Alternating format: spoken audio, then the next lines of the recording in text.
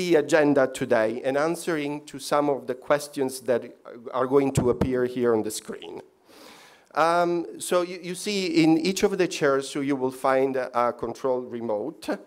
And we'll start now seeing the first of the 4 questions that we will present to you. The system is the following. Questions will appear. You will have the opportunity to read. So there is going to be a green bar that will indicate you the time for reading and a red bar for the time to vote. After each question, you will see the immediate results from the public. Please try to remind them, because the interesting thing is that then Dr. Georgieva will tell us more about the real results in the, coming from the report, and we can compare them. So I would start and ask the technicians to put on the screen the first question.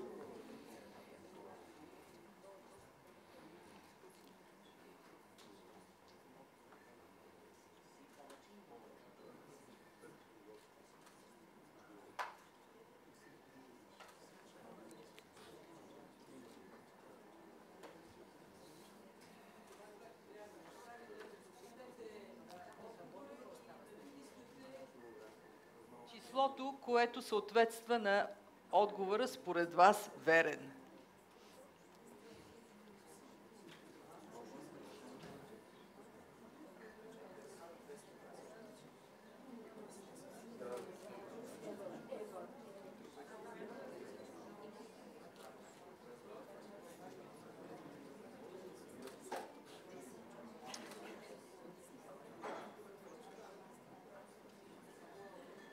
So if everyone has voted, now we are going to see the results on the screen in a few seconds.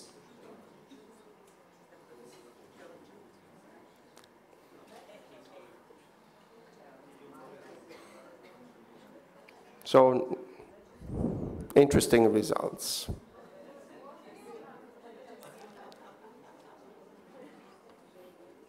So let's move to the second one. Keep those in mind.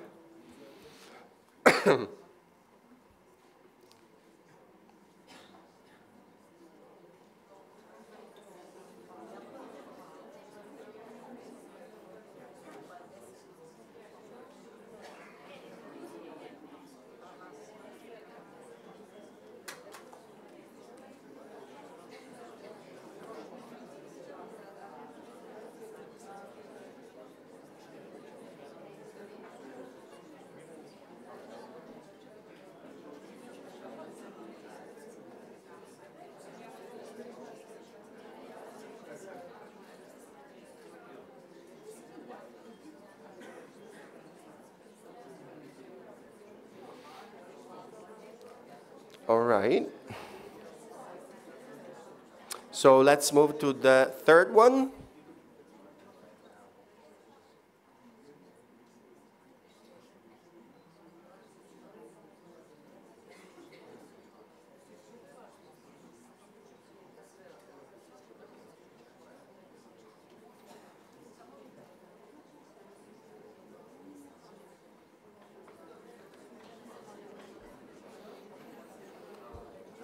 It's always very interesting to see, to compare our impressions with then the reality of the analysis and the statistics. So I'm curious to hear then about the real results.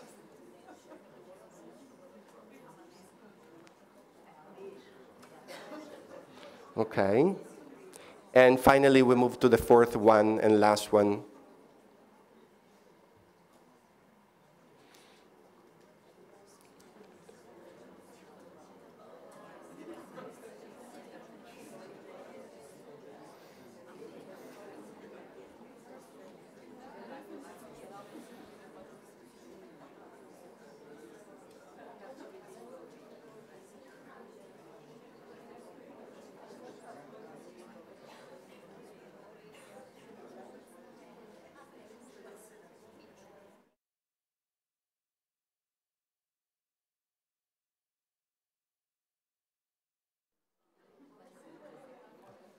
That's a very interesting one that is going to generate a lot of debate, I imagine. But thank you very much for voting and sharing your views and impressions. Now I have the honor to invite Dr. Georgieva here at the podium, and she will share with us the answers to the questions and also briefly present the report. Thanks again. Thank you very much. Thank you. Thank you, Fabrizio.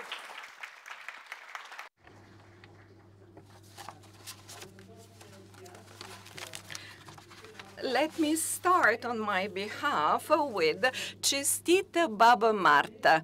Today is indeed a wonderful day, the first day of March, a month when we women celebrate, and today the World Bank does contribute to this tradition with good news on Bulgaria and Bulgarian women. But before announcing that good news, I would like to remind the specific context within which we meet today. Unfortunately, world economy is slowing down, and this coincides with high levels of indebtedness of countries, businesses, households, almost everywhere across the world. Why is this important? Because if we enter a new crisis today, unlike back in 2008, 2009, we availed of a number of instruments to support economy, including the possibility to use financial resources to that end. You remember what Mr. Mario Draghi mentioned about the crisis in the Eurozone. He said, we will do everything needed in order to overcome the crisis. However, today this is not possible because there is a huge debt in the global economy, which will not allow us easily overcome such a potential crisis. Why? Because when we need to improve labor productivity or enhance the standard of living, we should always keep in mind the reserves we have in store. And one of those reserves of that stock is women, is us. World economy today is 160 trillion US dollars less wealthy due to the fact that women are not equal to men. Can you imagine that amount of $160 trillion and what could be done in practical terms across the world?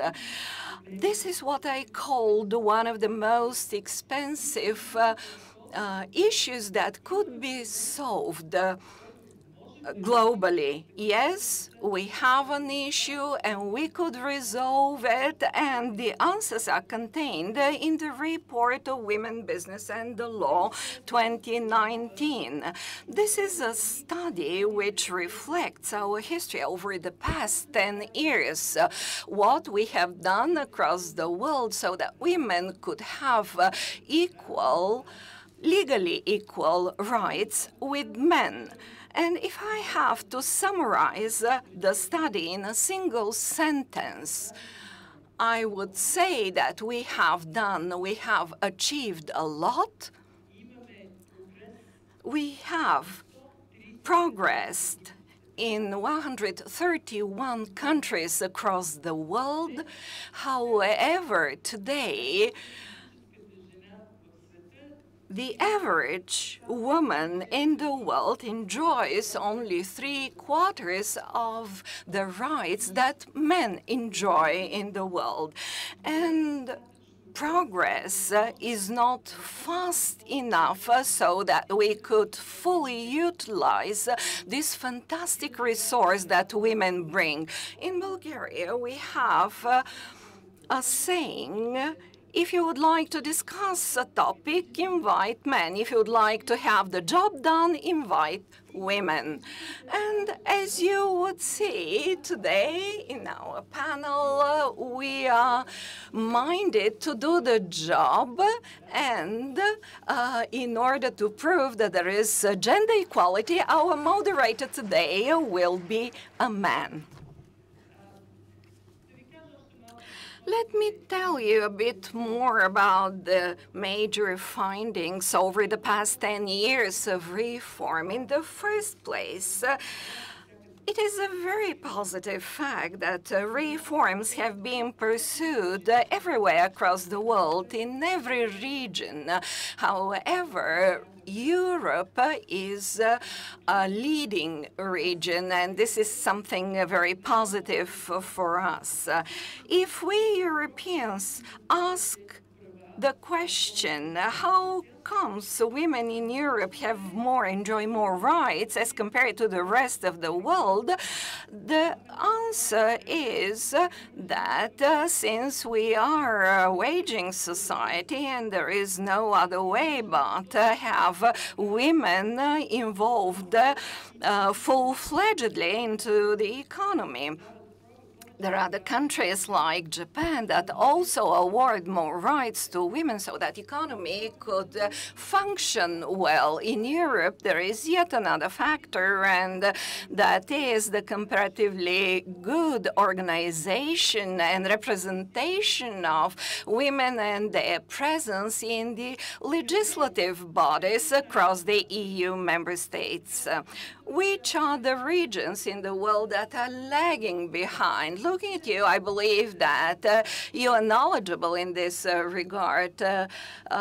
Which region would be lagging behind? The Middle East, of course. In the Middle East, women enjoy less than 50% of the rights men have.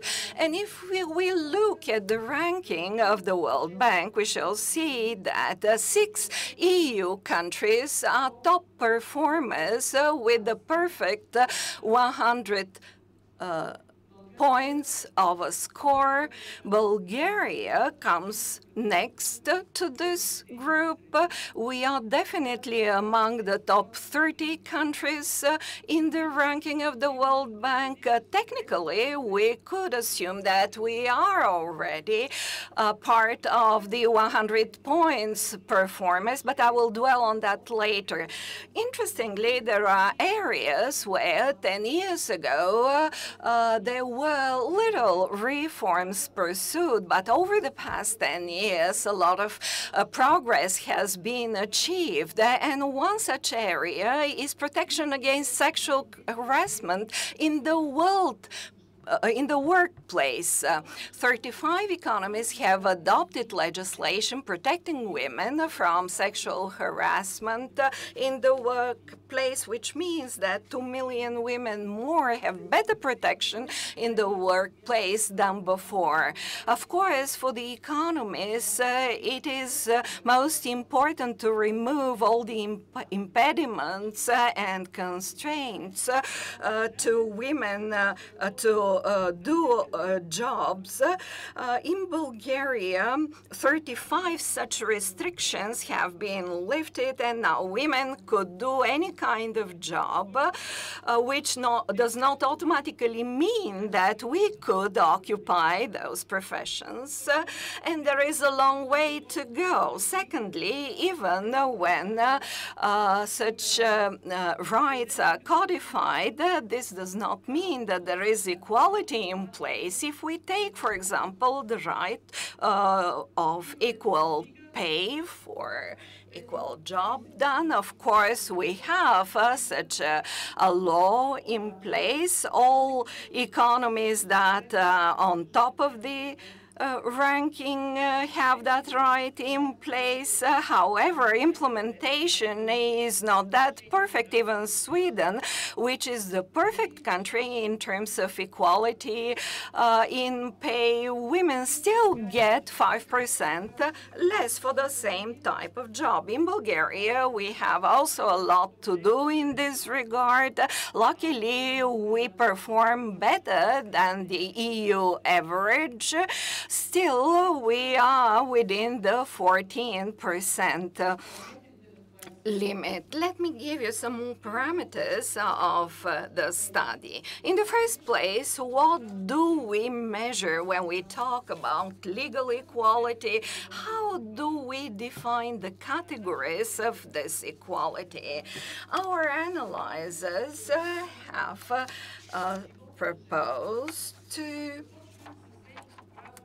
encompass all aspects of women's life, starting with the freedom to visit places, because there are countries across the world where women still cannot leave their home. Secondly, the right to start a job without any limitations. The third category or indicator is getting paid, equal pay for equal work done. The fourth category is getting married, which would mean that women have the right to decide on their own when to get married and whom to marry.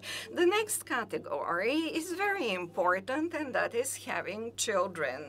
Here we talk predominantly about paid maternity and paternity leave. The standard across the world is 14 paid weeks of leave. Within these 14 weeks, fathers should also have the right to paternity leave. The next category is starting and running a business or entrepreneurship, to have access to financing, to credit. The next category is managing assets, the right to own assets, to manage, to inherit assets, to use those economically. And the last category, of course, we will talk more about that, is retirement and getting a pension.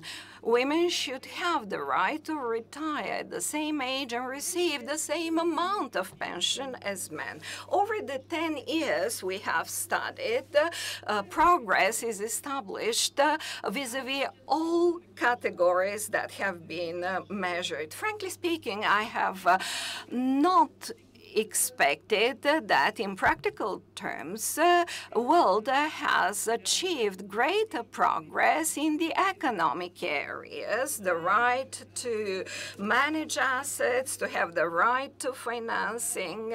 This is the area, on the other hand, where less reforms have been pursued, which means that the more progress we make, the more difficult it becomes to pursue reforms. Where reforms have been less, and this is observed in the area of paid leave.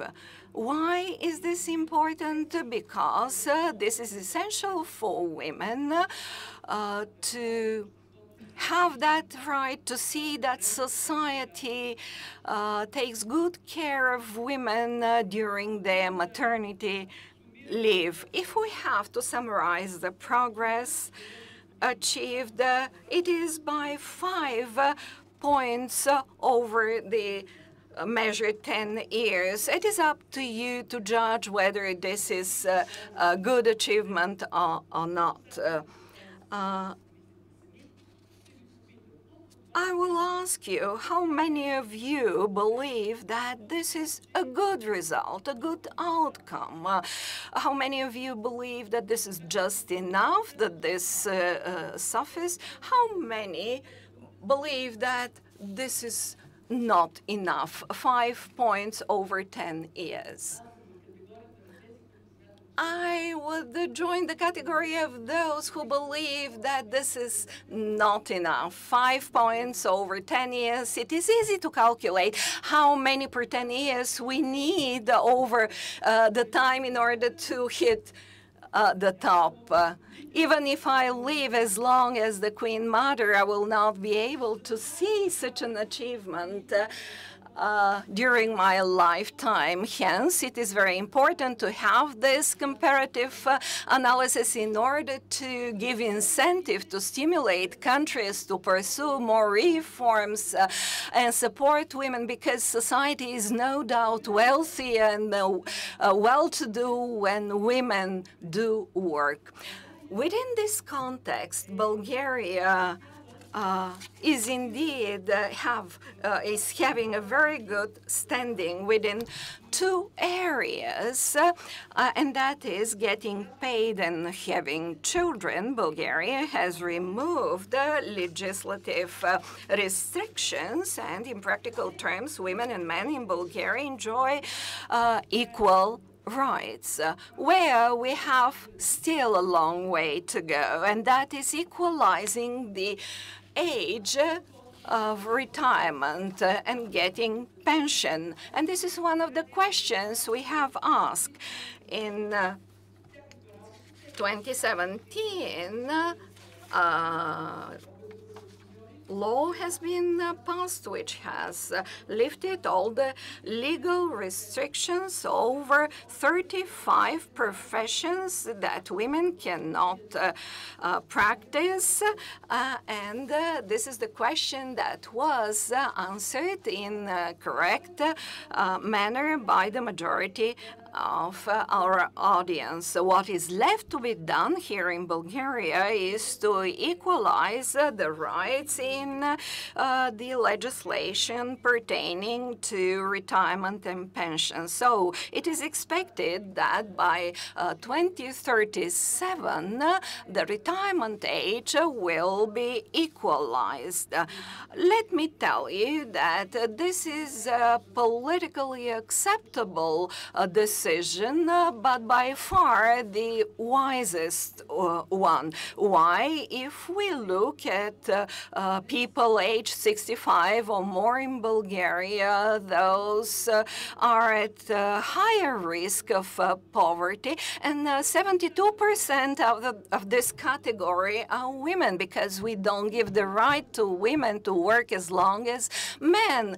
Hence, we do not give them the right to achieve the same amount of pension, and they do receive smaller pensions when they retire. And given the fact that women are discriminated in terms of pay, they get lesser pay, they work lesser years, at the end of the day they receive smaller pensions. Is this a wise decision? As a Bulgarian, I would say no. I have discussed this with my mother, and yes, there is an opinion shared by some that women should retire at an earlier age because they have responsibility within the family and they have to be given the opportunity to enjoy the latter part of their lives. But we should also ask those people whether they want or not to have higher income. And what I say is, you give the right to women to retire at the same age, and it is up to women to decide whether to do that or not. I belong to the generation which has spent most of its time under the previous system, and back then I used to think that I would work for the University of National and World Economy until the very last day of my career, and at the age of 55, I will retire. I'm not going to mention my age now, but if somebody comes to me and tells me, Kristalina, you have to retire, my answer would be, just mind your business. I would like to tell you a couple of things about Bulgaria that I'm very proud of. In the first place, Bulgarian women are also in professions that are usually associated with men. For example, in the ICT sector, over 26% of people working in that sector are women, whereas the average for the European Union is 17%. Vis-a-vis leadership in business, in Bulgaria, women leaders in business are actually top performers. We occupy the first place in terms of this indicator. Let me ask the audience, who among you are leaders in your respective businesses? Bravo, you make us feel proud. And what is also very important for Bulgaria is that Bulgarian women, we do have the ability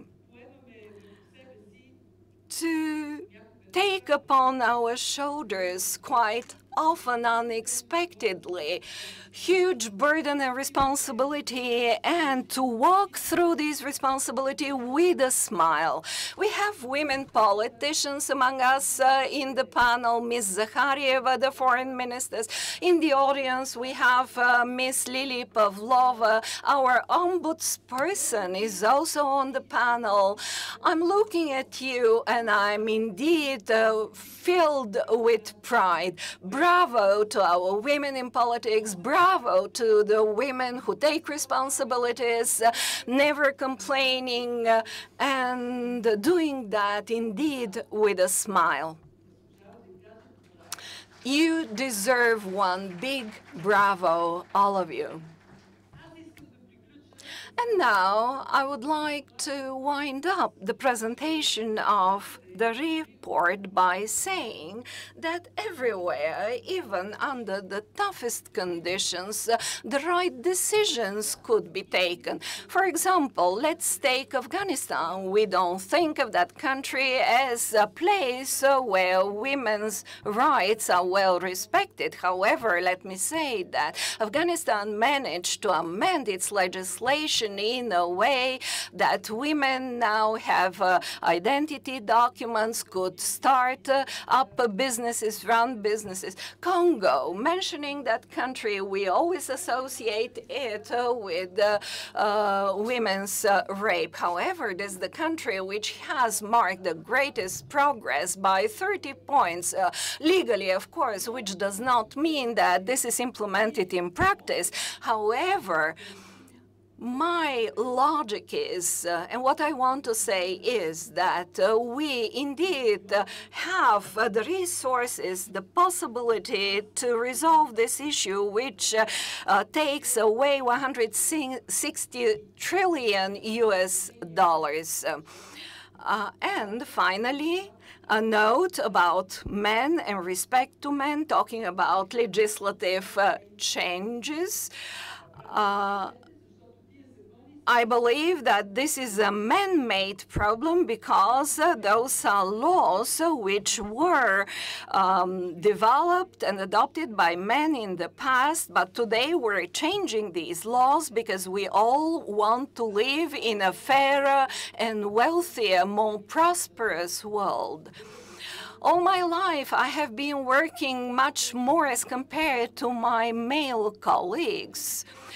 What I want is my daughter and my granddaughter to have equal rights simply because they are equal.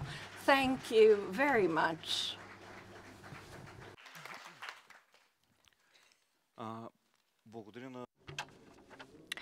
Thank you, Ms. Georgieva. Thank you, Mr. Zarkone.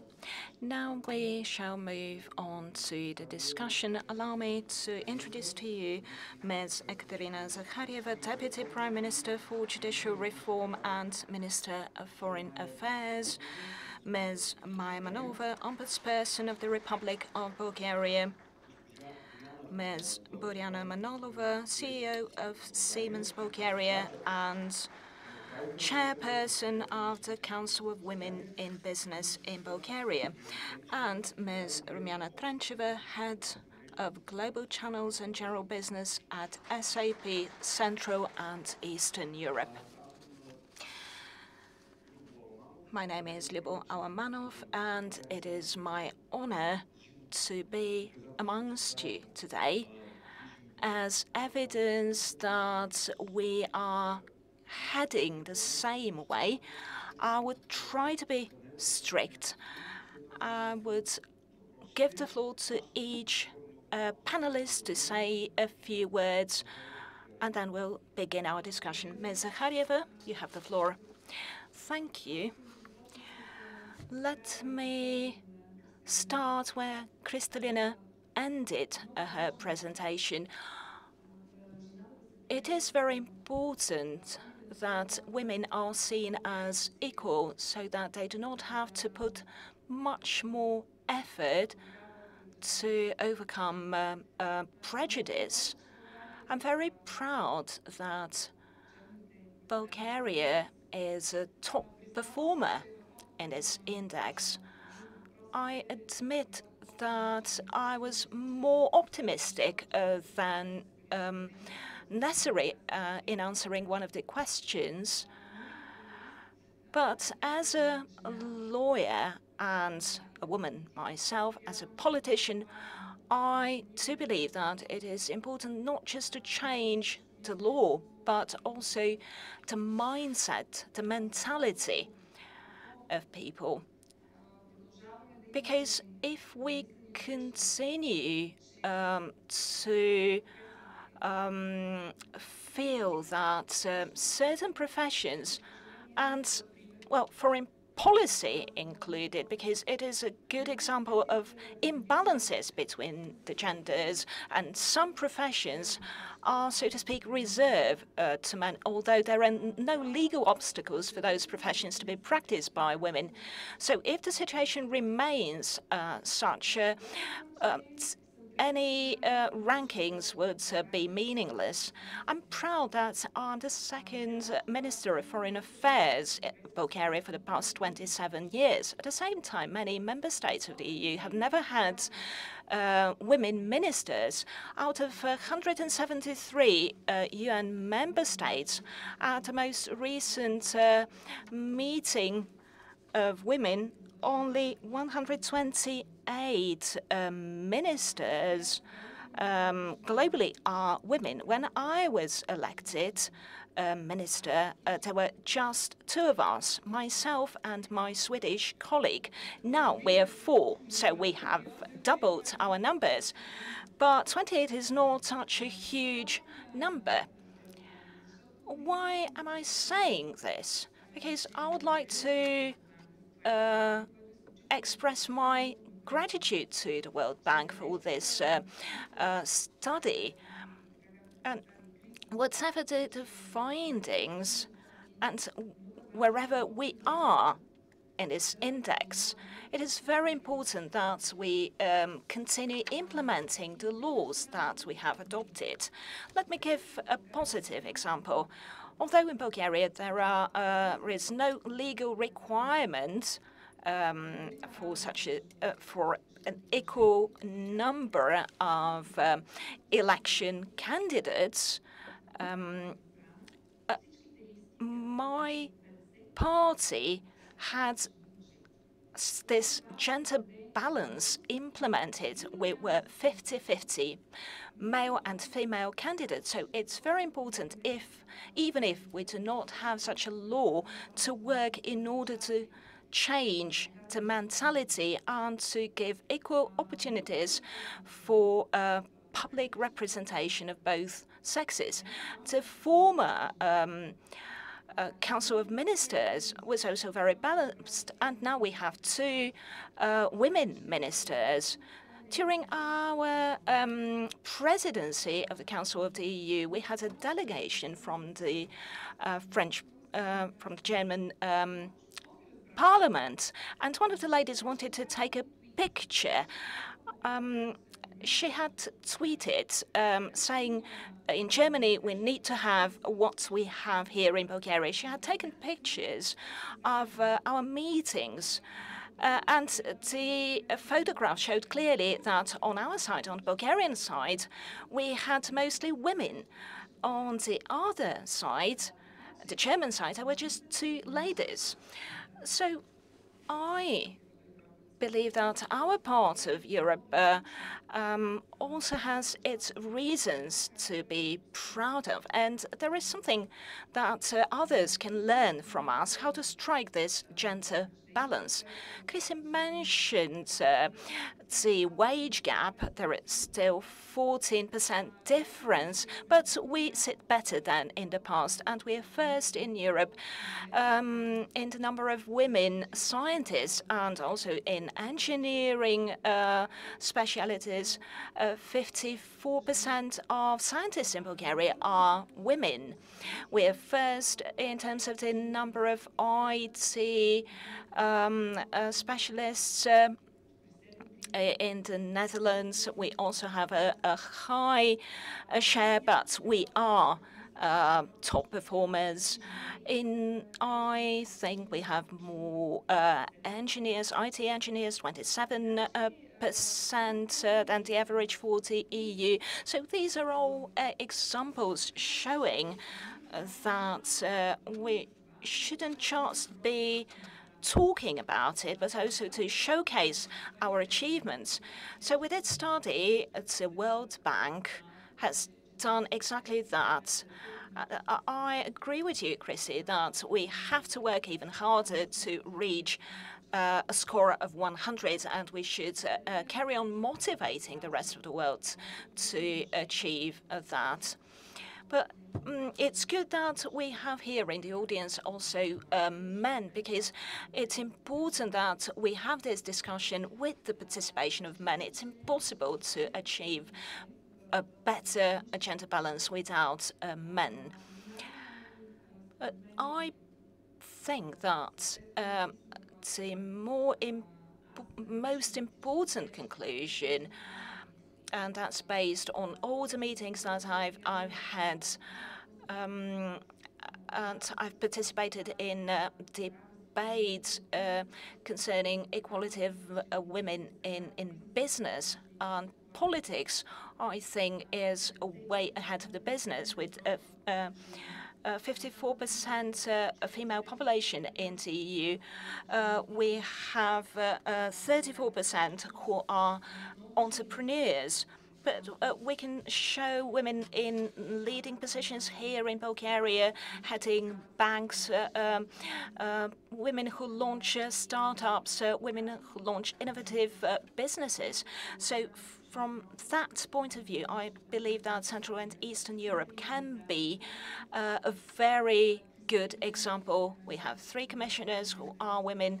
Kristalina Georgieva is an interim president of the World Bank. The head of the audit office is also Bulgarian. So we a woman. So we have a lot of positive examples. The first foreign affairs minister was a woman, a Romanian lady. So this region of Central and Eastern Europe, which I love, and I'm proud that I live here, and Bulgaria, as my country, I believe, is an example to emulate. And not just because of its results, but because of the attitudes and the mentality. I have never thought it an exception that I am a woman minister. I've always thought that this was something normal. And I believe that you feel the same, those of you who had your own businesses. Once again, I would like to thank Chrissy. You are an inspiration to us, and we are proud of you. Thank you, Ms. Zakharieva, Ms. Maimanova.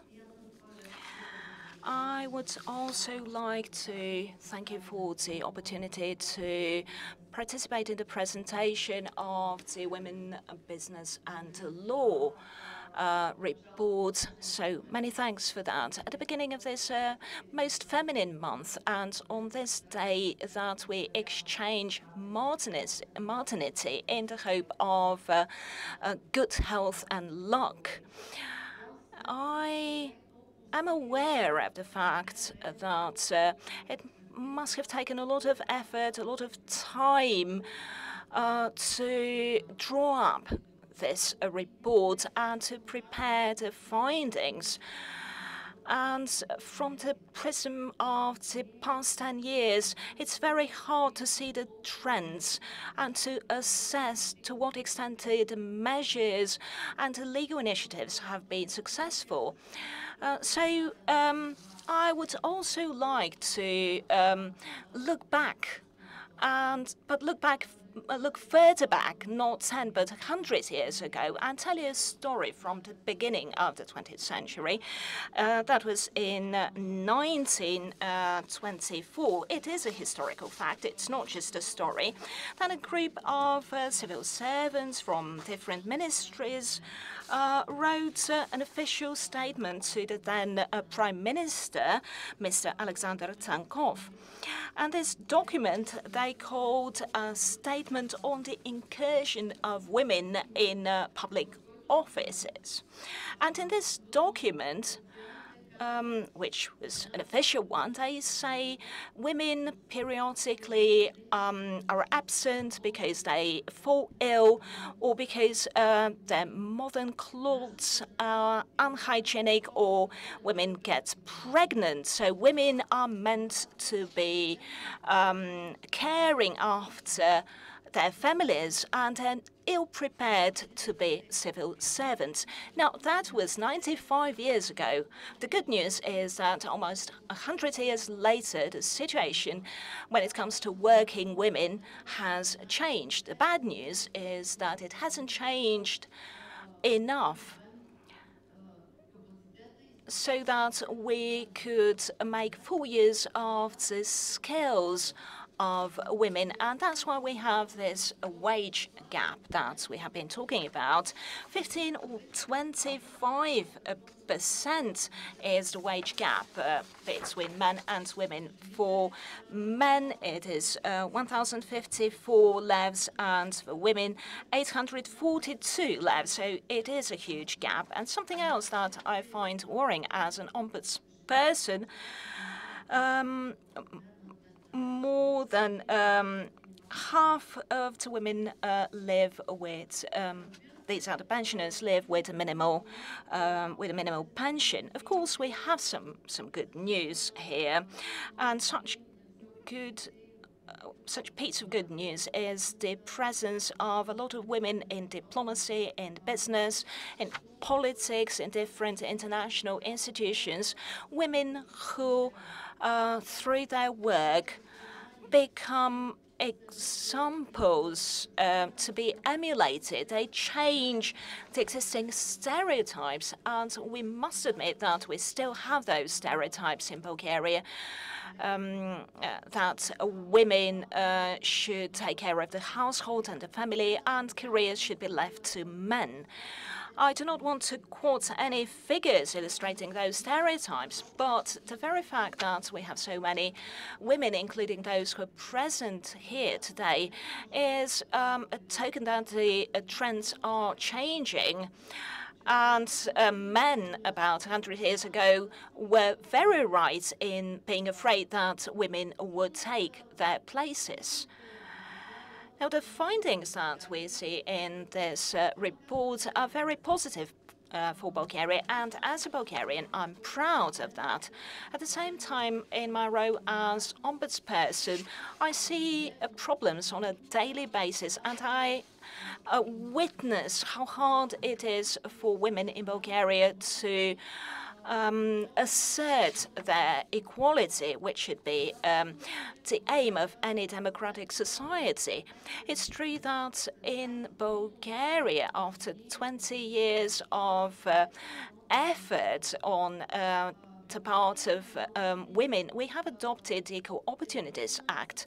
The biography of many women is interwoven with efforts dedicated to the adoption of that law.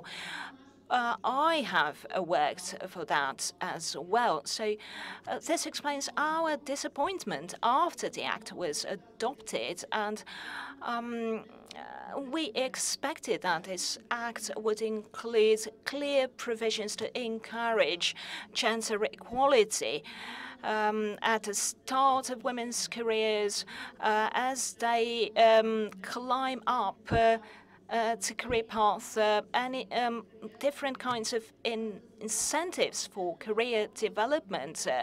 We expected to have a body and agency to ensure equal opportunities. Unfortunately, this did not happen. But even the adoption of the Act itself is an important step forward and a victory, as it changed attitudes and stereotypes. It boosted women's confidence. And yes, it is a fact that we have parties which have set quotas of 40% for women's participation in politics. Well, it's another question. Even with the quotas, how many of the women take leading positions? And it's not so easy to change the rankings. And however we calculated, in Parliament we have less than 20% women. Is that too little? Well, perhaps this is also an issue to be discussed, because in the European Parliament we have 65% of the MEPs who are men. So the situation is not so different compared to Bulgaria, but this is hardly a reason to be complacent.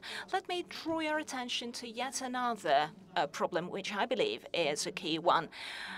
The solidarity among women in high positions. How many of us who hold such positions give a chance to other women to climb up the ladder?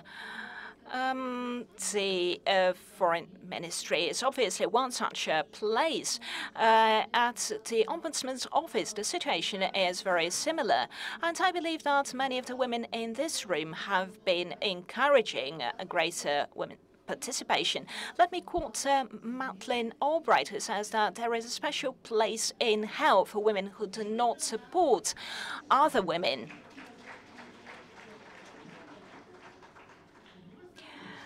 On the other hand, taking up leadership positions does not necessarily mean that those women would fight for the women's cause. So I cannot but draw your attention to a very painful topic, not just for Bulgaria, but globally, and this is the topic of the abuse and violence against women. In 2012, despite the rest of the positive results that we heard, was a negative year in terms of violence against women. More than 20 women were killed, bashed to death in their families in the context of domestic abuse and violence. At the beginning of this week, we also witnessed a tragic incident, a man who beat his wife to death and left her to die in their home. So the question is, what each one of us who hold those high positions is doing or has done so far. We have the instruments, we have our influence. What did we do in order to have strict legislation adopted, and also at least for the establishment of yet another crisis centre to shelter women victims of domestic violence, because those women just don't have anywhere to go in this country. In conclusion, let me once again thank Ms. Kristalina Georgieva. This report is not just a theoretical achievement. The information contained in it is very important, and this report could be an incentive. It could be a tool, a way of highlighting those issues and considering possible solutions again, because the equality of women is certainly one of the key criteria for the democratic nature of any society. Thank you. Thank you, Ms. Manolova. Now we move on to Ms. Boriana Manolova. Thank you. I am very happy and proud that Ms. Kristalina Georgieva decided to present this report first in Bulgaria, and also in cooperation with the Council of Women in Business as a co-organizer. I'm very happy to see you all here at this discussion. I believe that it is very important for us to see where Bulgaria stands on the international map. I believe that in terms of access to jobs and entrepreneurship, we are among the top-ranking countries. And this is so because the business and the government have been in good partnership, working together, and we also have the legislation in place. We have the business putting a lot of effort also into ensuring equal opportunities for women to develop and to get the right opportunities. We represent more than 50 of the major employers in Bulgaria, and since we were founded back in 2012, we set as one of our objectives to support women so that they could unleash their potential and become equal participants on the labour market and take leadership positions. Also to share best practices, to showcase what some of you here in this room have achieved, and to encourage young women to fight for their rightful place. Ms. Manolova, you said that each one of us should think what we have been doing in that respect. In the Council, as representatives of different businesses, we have been doing exactly that, showing the best examples, encouraging young ladies to climb up the career ladder. We have developed plans that we provide to women free of charge. We're trying to help them develop. Usually we have a leading company to provide resources and opportunities. We have the Leadership Academy program for women at medium leadership positions and entrepreneurs. The program provides the so-called soft skills so that women could develop their potential. There is yet another program targeted at women leaders in companies so that they could establish a network and develop professionally, because we have women working in different sectors, in different areas. And also we are trying to involve young professionals, women who would like to work in Bulgaria, and to show what they can do here to contribute to the Bulgarian economy. I'm very pleased that Bulgaria, as part of Eastern Europe, could show women in leadership positions, women who have achieved a lot in their careers, and also to demonstrate this partnership between the business, the government, NGOs in this country who have come together for this very noble cause so that women could move forward. Thank you. And last but not least, I give the floor to Ms. Rumiana Trencheva, Head of Global Channels and General Business at SAP. First and above all, I would like to thank all ladies in the panel, Ms. Georgieva, You are an inspiration for us, and the very fact that you are organizing this event here in Bulgaria is yet another source of inspiration for many women, many ladies that will get to learn from the media about the event. Thank you very much for everything you've been doing for Bulgaria and women. As Mr. Zarkone mentioned at the onset of the event, it is very important to have the right role models in society. What I would like to share with you, listening to the colleagues on the panel, listening to Ms. Georgieva prior to that, is the following. Perhaps we have to get to recognize how much we do have as an opportunity, because I travel every day the country, and do believe me, we have a lot in terms of rights and in terms of opportunities. And as Ms. Manolova mentioned, we have to be grateful. We have to celebrate what has happened, what has taken place over the decades. And I will provide an example. In the laboratory we're running here in Bulgaria, how many do you think are women? The statistics shows 26% of women in the sector. However, with us, the share is much bigger. It's 36%. And given the fact that the age of those women is up to 35 years, their choice to work there is not a result of the changes that have occurred over the past years.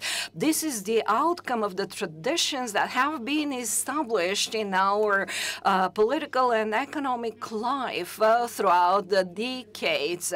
I travel a lot, and I have a very good idea what it means to have a subjective judgment about yourself. So having so many women in the laboratory that have chosen to study and pursue a career in natural sciences, in the engineering sector, in the IT, this is all related to what we call the role models that we have here in Bulgaria, something we have seen in the face of our mothers from our male colleagues, those who have been raised up by working mothers. We have to take into account this factor because this is something that takes decades to be put in place. Hence, I would like once again to underscore the importance of having changes in place, because this indeed is the outcome of years-long effort. I'm not going to dwell long on these matters because I know there will be a question and answers session where we would have the opportunity to further discuss these efforts. But let me go back to what Ms. Zahariev mentioned about having 35% of women in an IT company and having so many women occupying, holding the positions of foreign ministers. So please have in mind all that every time you criticize what we have in place as legislation, as opportunities, because believe me, we have indeed a lot. And this education is also of paramount importance to that end. Having specialized high schools, I remember that in the past, the number of students admitted to such specialized schools was equal, 50-50. And this is of a huge importance that at an age as early as the adolescence years, a young girl would enjoy the same rights and the same opportunities, the same chances as boys are awarded. Thank you very much. And now, before I pass the floor to the audience, Ms. Georgieva will react to what has been said so far. Let me say a couple of words on the personal example, because we all have been talking about the importance of taking the responsibility and be a role model. 2 years ago, I went back to the World Bank to head part of the biggest structures of the World Bank, coming from the EU Commission, where I set it as a goal to have 40% of women at leadership positions by the end of 2019. Getting back to the World Bank, I was thinking, why 40%? Why not 50%? And virtually from the very first day I got back to the World Bank, I set the goal of having 50% of women occupying leadership positions by 2020. And I'm very proud to report that last year, 2018, we achieved that level of equality at the bank. Why is that important? Because when we are in the decision-making hall, we do make better decisions when we have equal representation, because this is not a mechanical process. If we are willing to have a good outcome, we should combine the talent of everyone, of men and women alike, in the decision-making process. Hence, having equality in place is not just enough. We have to nourish, to nurture, and preserve that equality. What would that mean? First, there should be opportunities for both men and women to work in a flexible manner so that they could combine family life, children, upraising, and work, to start the workday wherever it is convenient, to have the flexible working hours. At the first glance, this is not a huge thing. It's not that important, but if you go deeper, you will see that this is a big factor.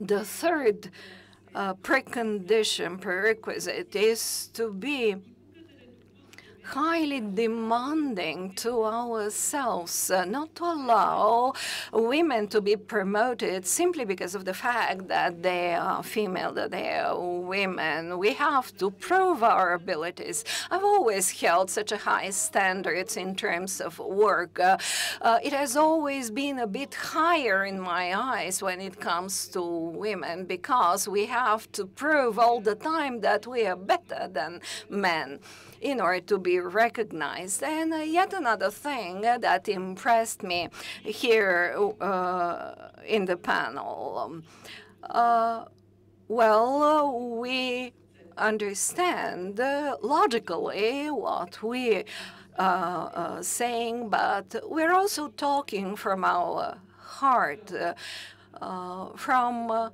the leadership positions that we all occupy.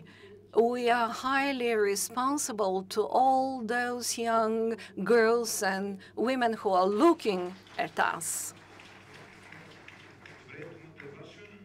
And now you have the floor. Are there any questions from the hall? Please pass a microphone to those willing to pose a question.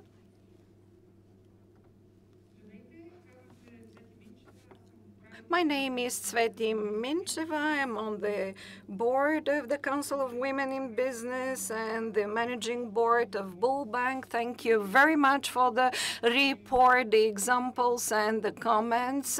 On daily basis, we encounter positive examples of companies that are trying their best in order to improve the conditions for women, setting up kindergartens and creches for the children of mothers who would like to go back to work, facilitating their return and integration into the job. What else could we do in order to achieve the 100 points you mentioned? We are very close. We are almost there.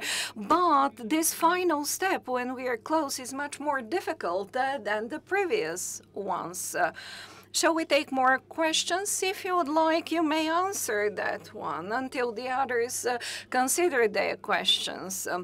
Yes, this is a very good question, especially for Bulgaria. Actually, we shall score the full 100 points by 2037, when the retirement age and level of pensions will equalize for men and women. Some politicians say, let's expedite that process, but globally, to achieve 100 points, legislative equality, legal equality would be especially difficult when we have to solve issues related to cultural differences and differences in terms of values. It is not just enough to work in terms of legislation.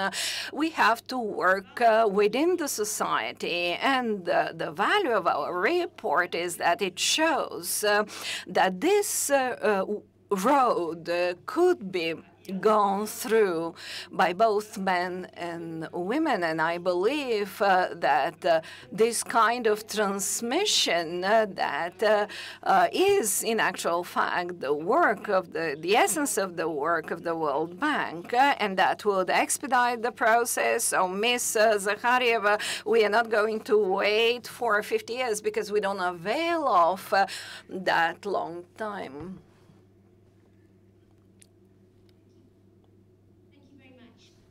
Panel. I'm Emma Hopkins, the British ambassador here in Bulgaria.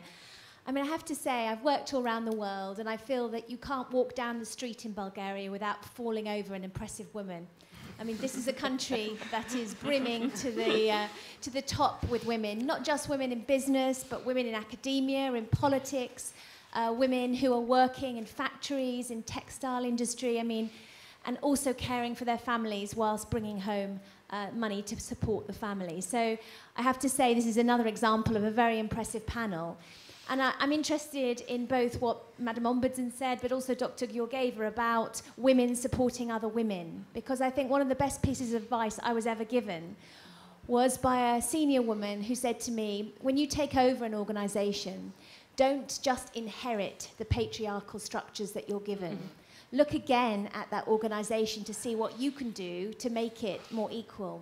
And that might be how you appraise women, it might be how you recruit women, it might be flexible working policies, like Dr. Georgieva said, but it's deeper than that. But you also need data. Mm-hmm. You also need to look at your practices, and you also need to study what your recruitment and what your appraisal process is telling you. Mm-hmm. Are you discriminating against women, against older women? Are you bringing on the talent pipe stream? So I'm really interested in your collective experience and wisdom as to what you have done within your organization, within your responsibilities to somehow adapt the structures you've inherited to promote women.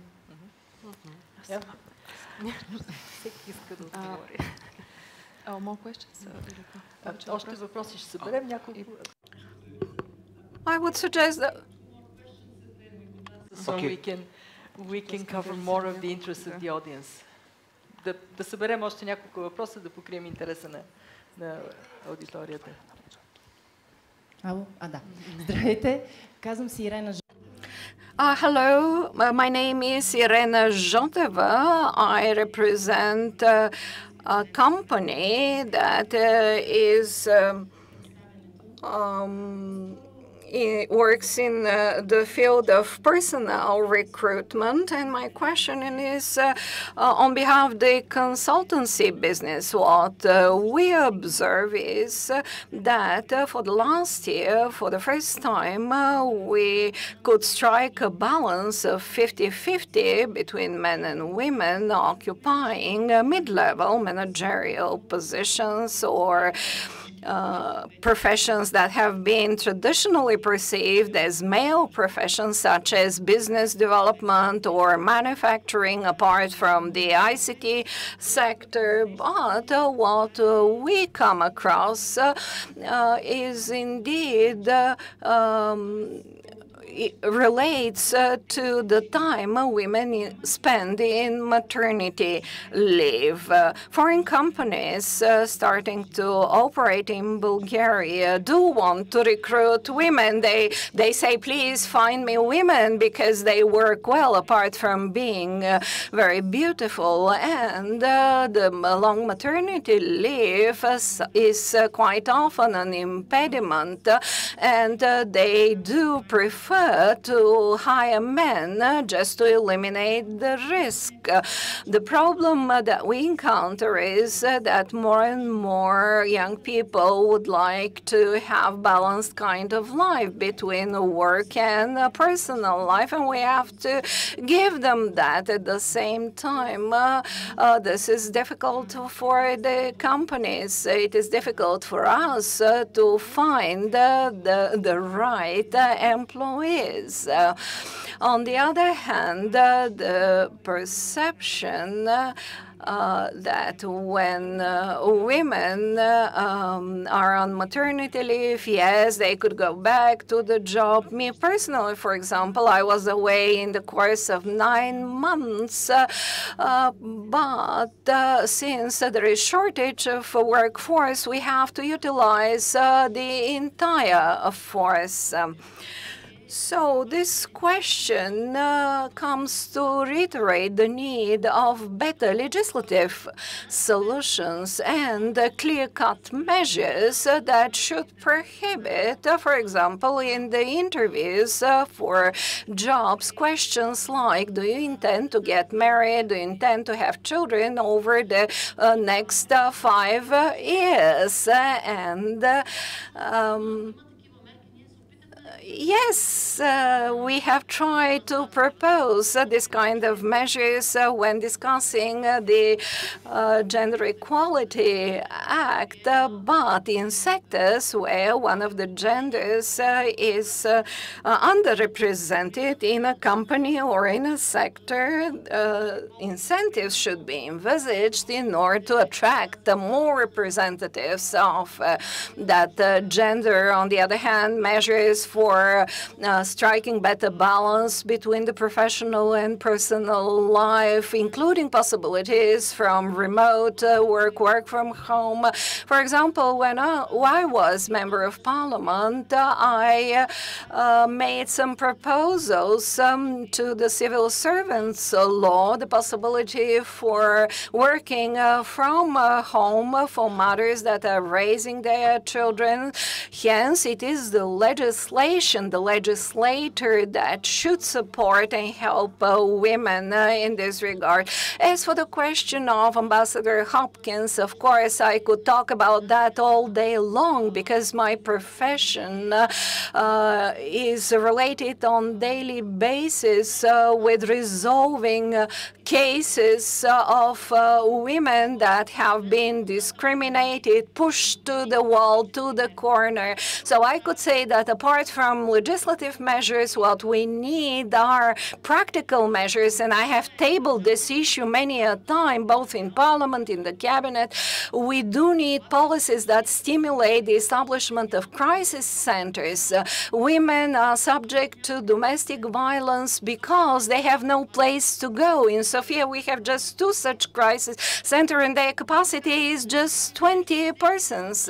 So if every one of us does not do the necessary thing, does not put enough effort, there is no way to achieve progress.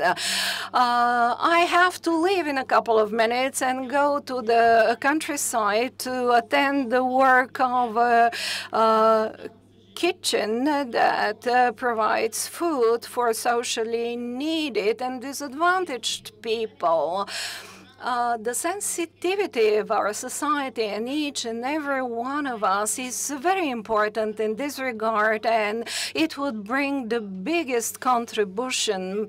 And yes, indeed, Ms. Georgieva, it is very important that you are bringing up this issue before this audience and before people that are holding offices high enough in order to intervene and bring for a solution of these issues. Ms. Manolova, on behalf of all women in the audience, and with regard to what you have earlier quoted by Galbraith, yes, indeed, we are all decided here to go to paradise, to go to heaven. That is to support women as women. It's been an honor to have you here with us, and I wish you every success in your highly responsible activities.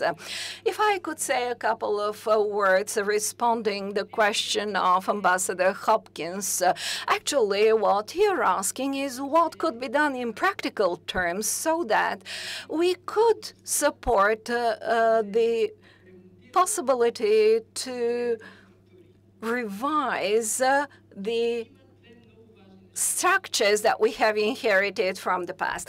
We are doing two things in the World Bank. In the first place, creating conditions for applying for a job that would support women to rise up the hierarchy. When there is a position where 10 points should be collected, men are looking at those 10 points. They think, oh, yes, I will answer 5 of those points and I will go ahead. The women look at the 10 points and they say, oh, I answer only 8 of the 10 points. I have no chances.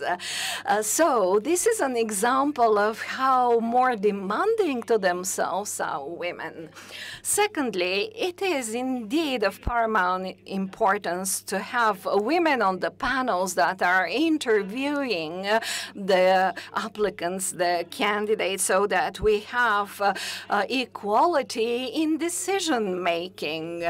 And it is very important what kind of signals we are emitting to the system by taking certain decisions. And I will provide you an example.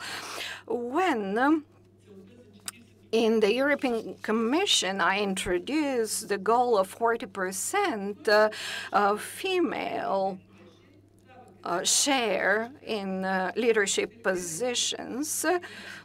A man and a woman came to me. They have been interviewed for a certain position, and I was told by the Commission that they considered all aspects, and they have decided that the male candidate would suit better. What I told them was the following: our goal is 40% women. Why are you recommending the male candidate? And then I interviewed myself the two candidates, and I said, okay, both of them are suiting very well, but at the end of the day, I appointed the female candidate. And this was such a storm in summertime.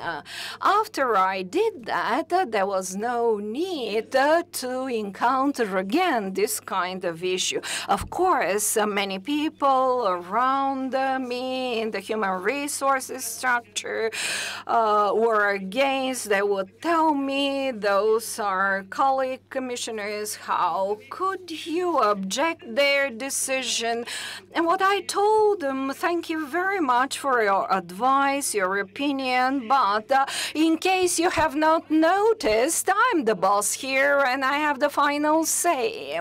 And this is very important. If we do not emit that kind of signals early enough, the reform would be dissolved in inertia and will go to a dead end. I would also like to express my opinion on this issue of what each one of us could do in their organization. First of all, as Siemens CEO, when I took up the position, I was the second woman CEO globally. The first one was a lady from Slovenia. I was the second. 10 years later, we are 10 women holding senior positions. But which is not that much considering the huge number of countries in which Siemens is present, but it's still an achievement. What we do is to share our experiences, to support each other, and to work within our companies. I see some of my colleagues, and we at our company, the ratio is 50-50, and it's not just because I am the CEO, but because we have women working for us who have the right qualities, who have the abilities to be managers. So if we all do our share of the effort, I'm sure that we would make a difference. Yes, we need to adopt new laws. We need to amend the existing ones. But the truth is that some still are not aware of the economic opportunities that women's participation offers. Still, there are many who apply the best practices. There is a lot of research that shows that companies in which gender equality is a fact have fared much better during the crisis, and their financial results generally are better. So there are big companies who follow those trends and they apply the findings. As I said, in the Council Women in Business, we have been working very well. We are gathered together like-minded people. We have as our members companies which implement various programs so that women are not just appointed at positions for which they have the right qualifications, but also to overcome any resistance that there might be when women get recruited and appointed, and then, of course, ensuring that they have the right working conditions. We have also programs targeted at young women, so we follow their career development. We have also been active in drafting legislation. We worked on the Equality Act, and I agree that now we have to focus on specific measures and see how we move forward. At the Council, we also focus on amending the law concerning working mothers so that they do not become de-skilled. They could go back to work early and get the right support, get benefits for being working mothers. Just very briefly, I would like to go back to the first question, what we could do globally. Kristalina illustrated her points by giving us examples like Congo with 30% of women there. But there are a lot of conflict regions, hotspots, where the rights of women and the participation of women in public life, in business, is below 50%. In fact, one of the aims of those meetings that we informally organize, and now we had the first formal meeting of women in politics, and we'll have a new one in March this year. So we would like to showcase the best examples, and it's very important that we do that together with men. well, $160 trillion loss for the economy because of gender equality is quite a figure. If we were to exclude the men from women from the economy in those areas that we do not have any conflict. So what do we win from that? And also, when it comes to conflict, if you exclude 50% of the population from seeking a solution to a crisis, then you're not going to arrive at a good solution. And we have those places where we have, let's see, religious and other obstacles to equality. And what is surprising, however, in some of those places is that the society is actually ready to accept more rights being granted to women. And at the same time, the law is lagging behind. And there is resistance from conservative circles to legal amendments. As regards our personal example, I was quite impressed by all that was said about the work that has been done. At the Ministry of Foreign Affairs, I have also tried to introduce some changes and to overcome the attitude that those are positions reserved for men. So we don't just have 50% women in administration, but it's very important that we have women in senior positions. How many ambassadors that are women we have? This is not to be underestimated. In my administration, I believe around 60% are women, but this wasn't a situation at the level of ambassador and deputy ambassador. So now when I appoint ambassadors, I try to strike a balance.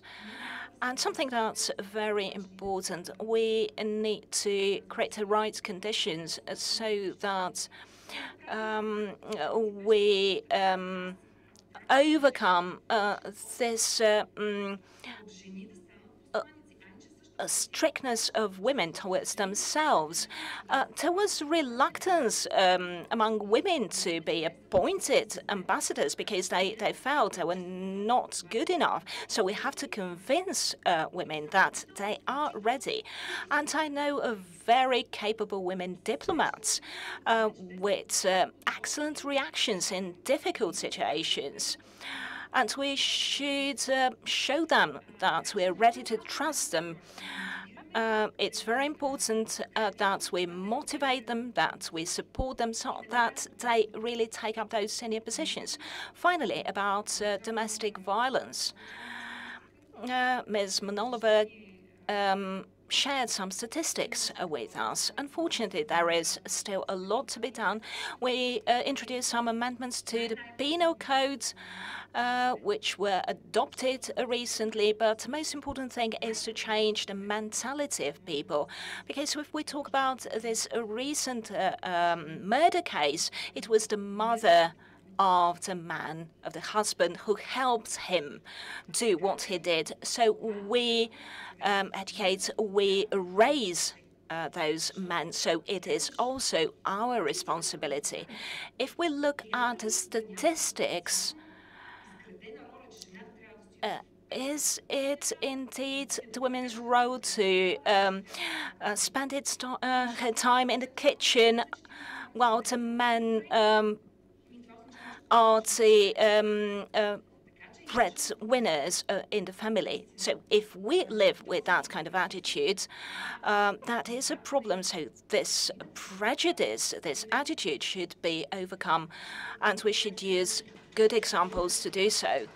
Thank you. If I may continue on a more positive note and again answer the question about best practices, what we have realized in business is that women need additional support So within companies, we set the so-called women communities.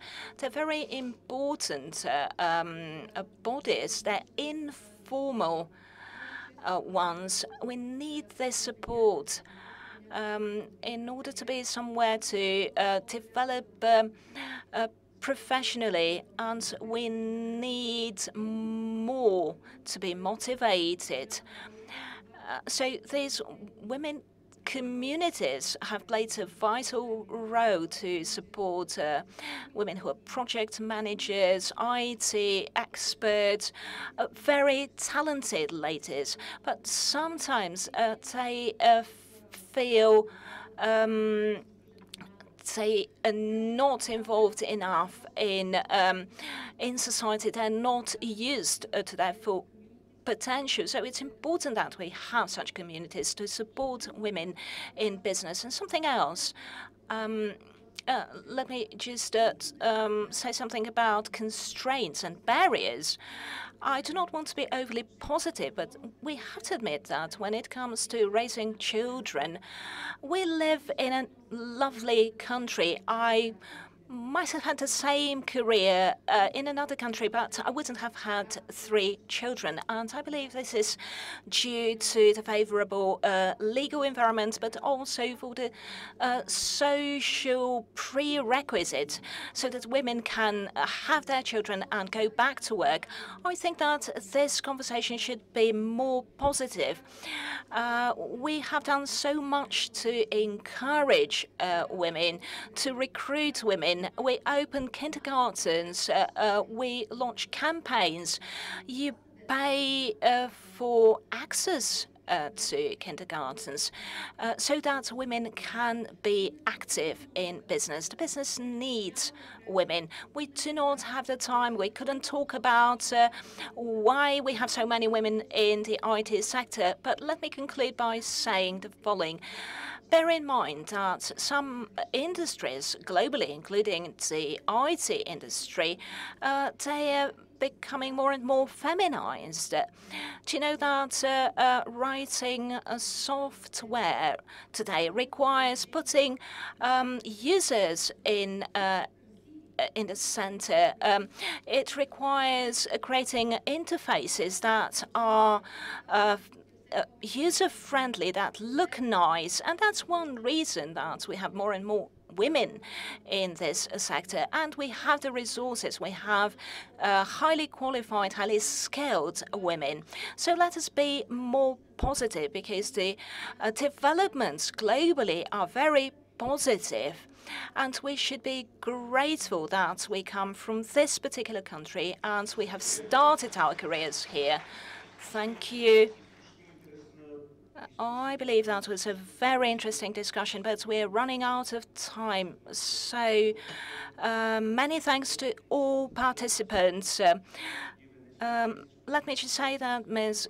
Georgieva is not just the interim president of the World Bank, but she's the first lady president of the World Bank and the first Bulgarian woman. And last, Ms. Georgieva, before we turn over to Mr. Goranov, who is here to close the event, I would like to thank him personally for organizing the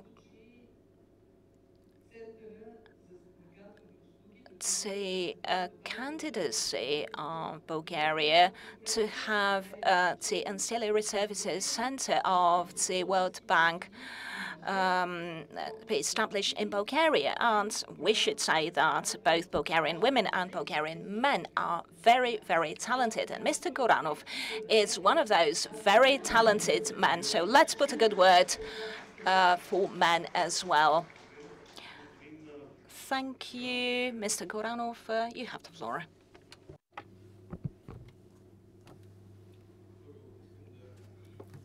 First and foremost, I would like to congratulate Ms. Georgieva and Mr. Zarkone for the wonderful and meaningful event they have organized today, and the opportunity to be here with you today. Excellencies, dear colleagues from the government, from the National Assembly, I would like to congratulate you with this beautiful Bulgarian holiday that we celebrate today on the 1st of March, which is by far the most feminine holiday and month.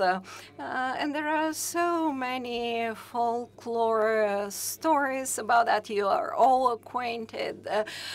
For the foreign guests, let me only specify that one of the legends on Aunt Grandma March is that she would show her strength during the month, and specifically on the 1st of March, and all of a sudden a storm could occur. And I'm mentioning that because it is a proof that a woman, a lady, could achieve anything and everything if there is an opportunity provided for her. I would like to start by saying that women have long ago started contributing a lot to the development of our society.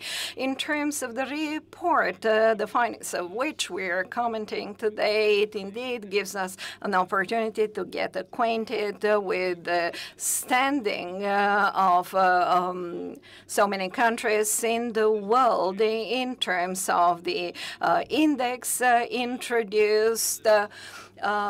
The participation of women in the labor market is no doubt a major trigger for achieving economic growth and prosperity. The report presented today compares legislative decisions with the practical participation of women in the economic and public life. The fact that almost 190 countries are compared is telling itself. Bulgaria ranks among the top 30 by a score which is above the average of the high-income countries of the OECD.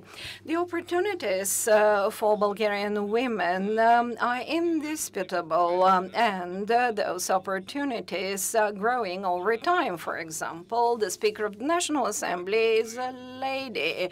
Miss Manolova, our ombudsperson, who has just left, is also a lady. In the Ministry of Finance, I have 2 deputy female ministers, and over the time, 6 more deputy ministers were women. Talking about Ministry of Foreign Affairs, there is high level of representation. In the Ministry of Finance, women are 2/3 of all employees. In the National Revenue Agency, in the Public Procurement Agency, their heads are also women. And this could go on and on. It's a long list indeed. And I could say that there was a major breakthrough by men done in 2014 when we were allowed to be part of the rhythmic swimming, because by that time men were not part of that sport. The economic indicators of Bulgaria are very stable. We do not expect any major turns. What we expect is further economic growth and reinforcement of women's positions in Bulgaria's economic life. And we are indeed grateful to Ms. Georgieva because she represents us at an institution so high as the World Bank. And I would like to thank her for organizing this event in Sofia, in Bulgaria. What I could also say is that this project she mentioned about the shared services center is growing over time. Now it involves more than 150 persons that will be employed in the center. It has been recently mentioned that by the end of the year, this center will open its doors, and the number of employees, the staff would hit 400, and assumably a great deal among those would be women. Globally, the topic of the role of women is still very up-to-date, very topical, but soon in Bulgaria, perhaps we shall have to have this similar debate on the role of men in society. Thank you very much. I would like to thank all our guests. You've been indeed a wonderful audience. Thank you. And thank you to our anchor, to our